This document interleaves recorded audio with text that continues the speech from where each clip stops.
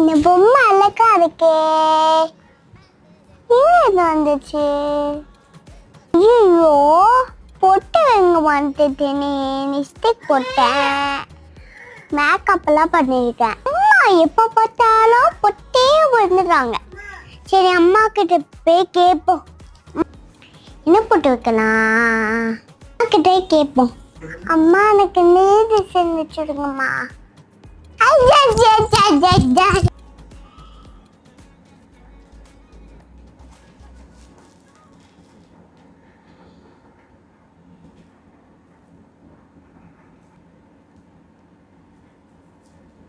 கழுத்து வலிக்குது. ஓகே, கண்ணுக்கும் மேட்சிங்கா ஆமா. ஃபிஷ் போட்டுக்கலாமா? கண்ண மாதிரி பண்ணவா?